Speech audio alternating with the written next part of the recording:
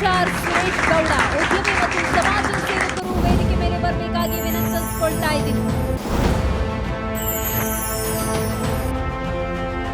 HR Suresh Gowda ಉದ್ಯಮಿಯಾಗಿರೋ ಇವರು ಸದ್ಯ real estate ಉದ್ಯಮದಲ್ಲಿ ಸಕ್ರಿಯವಾಗಿದ್ದಾರೆ.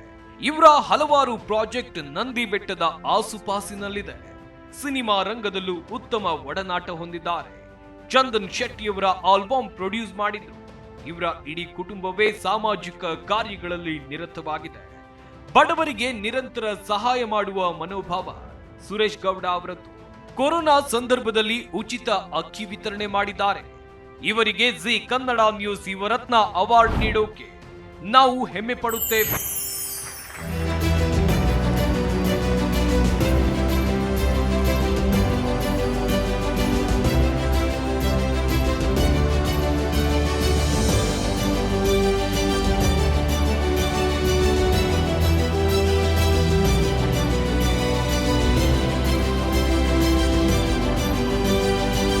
ಉದ್ಯಮಿ ಹಾಗೂ ಸಮಾಜ ಸೇವಕರಾಗಿರುವಂತಹ ಸುರೇಶ್ ಗೌಡ್ರು ನಮ್ಮ ಜೊತೆಗಿದ್ದಾರೆ. ಸರ್, ಮೊದಲನೇದಾಗಿ ಕಂಗ್ರ್ಯಾಚುಲೇಷನ್ಸ್, ಬಿಕಾಸ್ ಜಿ ಕನ್ನಡ ನ್ಯೂಸ್ನ ಈ ಒಂದು ಯುವರತ್ನ ಪ್ರಶಸ್ತಿಗೆ ನೀವು ಭಾಜನರಾಗಿದ್ದೀರಾ.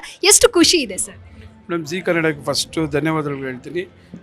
ಯುವರತ್ನ ಅವಾರ್ಡ್ ನಂಗೆ ಕೊಟ್ಟಿರೋ ತುಂಬ ಖುಷಿ ಆಗ್ತದೆ.